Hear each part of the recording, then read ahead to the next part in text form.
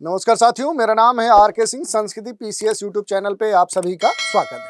आज के एपिसोड में जिस टॉपिक की चर्चा करने वाले हैं वो है पेंच टाइगर रिजर्व। और ये टाइगर रिजर्व खास तौर पे चर्चा में है, तो इसके बारे में हम देखेंगे कि इसके चर्चा में होने के पीछे कारण क्या है और इस टाइगर रिजर्व से जुड़ी हुई जो भी अहम जानकारी है उन पर भी हम मानचित्र के माध्यम से चर्चा करेंगे। चलिए, सबसे पहले हम बात कर लेंगे कि इसके चर्चा में होने के पीछे कारण क्या है। तो हाल ही में महाराष्ट्र के पेंच टाइगर रिजर्व में देखेंगे तो J132 नामक लंबी चोंच वाले जो कह सकते हैं गिद्ध है उनको छोड़ा गया है। और ये जो कह सकते हैं घटना है, ये घटनाक्रम है, ये वन्य जीव संरक्षण के दृष्टिकोण से देखें, गिद्धों के पुनर्वास के दृष्टिकोण से देखें, जैव विविधता के दृष्टिकोण से देखें तो ये सबसे अहम पहल मानी जा रही है। और इसी कारण से देखेंगे तो ये जो क्षेत्र है ये खास तौर पे इस समय चर्चा का विषय बना हुआ है। अब थोड़ा सा इस टाइगर रिजर्व के बारे में बेसिक जानकारी हम लेंगे कि आखिर ये जो टाइगर रिजर्व है ये कहाँ हमें देखने को मिलेगा। तो भारत के किस राज्य में ये आपको देखने को मिलेगा? तो भारत के एक तरह से दिल कहे जाने वाले राज्य अगर मध्य प्रदेश की बात करेंगे तो मध्य प्रदेश में जाएंगे तो यहीं पर आपको जो पेंच टाइगर रिजर्व है ये आपको देखने को मिलेगा। मध्य प्रदेश का जो सिवनी और छिंदवाड़ा जो डिस्ट्रिक्ट है वहीं पर इस पेंच टाइगर रिजर्व का जो विस्तार है वो आपको देखने को मिल सकता है। इसके अलावा महाराष्ट्र क्षेत्र में भी इसका विस्तार आपको देखने को मिल जाएगा, जहां पर नागपुर जो डिस्ट्रिक्ट है वहां भी इसका विस्तार आपको देखने को मिल जाएगा। अगर इसके भौगोलिक अवस्थिति की बात करें तो जो भी सतपुड़ा पहाड़ी क्षेत्र है उसके दक्षिणी छोर पर ये आपको एमपी और महाराष्ट्र की सीमा पर ये आपको देखने को मिल जाएगा। तो एक तरह से देखें तो अंतर्राज्यीय टाइगर रिजर्व में से ये एक महत्वपूर्ण भारत का टाइगर रिजर्व है। इसके जो भी मैप है, मैप पर भी इसको आप देख सकते हैं कि आखिर जो पेंच टाइगर रिजर्व है इसकी भौगोलिक अवस्थिति क्या है, इसे आप यहाँ पर देख सकते हैं। क्योंकि मध्य प्रदेश के सिवनी और छिंदवाड़ा जो डिस्ट्रिक्ट है उनमें सतपुड़ा जो पहाड़ियाँ हैं उनके दक्षिणी छोर पर स्थित ये सबसे महत्वपूर्ण टाइगर रिजर्व है, जिसकी दक्षिणी जो सीमा है आप देख सकते हैं कि महाराष्ट्र से लगती है।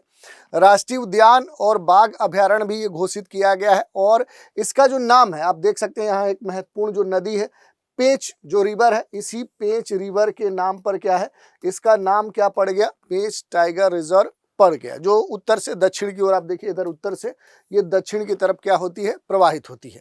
इसमें इंदिरा प्रियदर्शनी पेंच राष्ट्रीय उद्यान, पेंच मोगली जो अभयारण्य है और एक बफर क्षेत्र भी इस पूरे अभयारण्य क्षेत्र में आपको देखने को मिल जाएंगे। अगर प्रशासनिक स्थिति की बात करें तो ये राष्ट्रीय उद्यान भी है, बाघ अभयारण्य भी है और इसमें जो क्षेत्र शामिल है उसमें इंदिरा प्रियदर्शनी पेंच राष्ट्रीय उद्यान, पेंच मोगली जो अभयारण्य है और बफर जो जोन है वो इसमें शामिल है। तो ये सबसे अहम है। और इसमें खास तौर पे देखेंगे तो जंगल बुक है वो भी इससे इंस्पायर्ड है। इस पूरे क्षेत्र में देखेंगे एक महत्वपूर्ण जो नदी है उसका प्रवाह आपको देखने को मिलेगा। क्योंकि इस अभयारण्य क्षेत्र के लिए देखेंगे यहाँ ये जो उत्तर से दक्षिण प्रवाहित होने वाली जो पेंच नदी है इसे क्या बोला जाता है, तो इसके लिए इस पूरे क्षेत्र के लिए लाइफ लाइन कही जाती है, जीवन रेखा कही जाती है। और इस नदी का ही एक बड़ा जो कह सकते हैं कि जल आपूर्ति है वो इस पूरे क्षेत्र को प्राप्त होता है। तो ये कई बार प्रश्न पूछा भी गया है कि इस क्षेत्र से कौन सा महत्वपूर्ण बड़ी नदियों का प्रवाह होता है, तो पेंच नदी का प्रवाह होता है।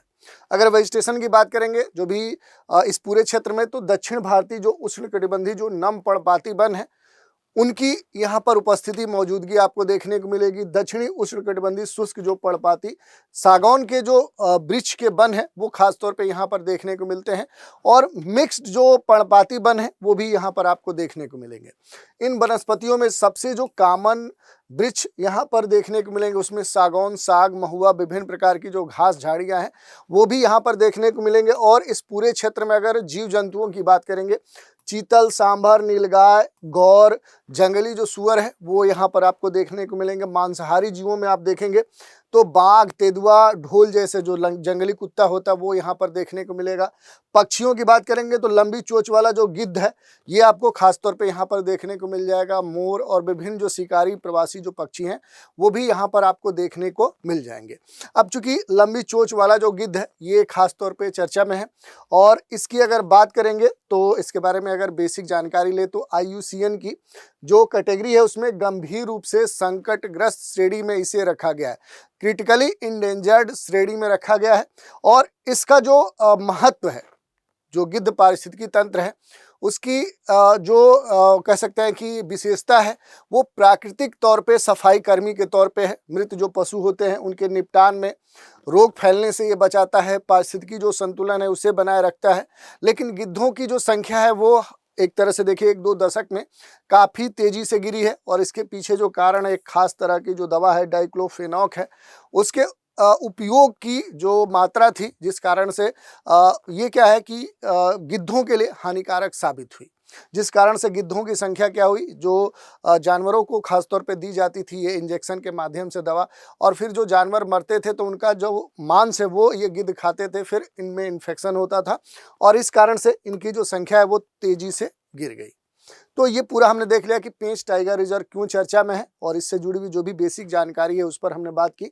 इसी पर आधारित एक प्रश्न देखते हैं, पेंच टाइगर रिजर्व किन राज्यों में फैला हुआ है, इसका विस्तार किन राज्यों में है? मध्य प्रदेश में है, छत्तीसगढ़ में है, मध्य प्रदेश और महाराष्ट्र में है, महाराष्ट्र और तेलंगाना में है, या फिर मध्य प्रदेश और उड़ीसा में है? तो इस प्रश्न का उत्तर आप हमें कमेंट के माध्यम से सेंड कर सकते हैं। तो आज के एपिसोड में इतना ही। अगले एपिसोड में एक और टॉपिक पर चर्चा करने के लिए फिर आपसे रूबरू होंगे। तो इजाज़त दीजिए। Thank you.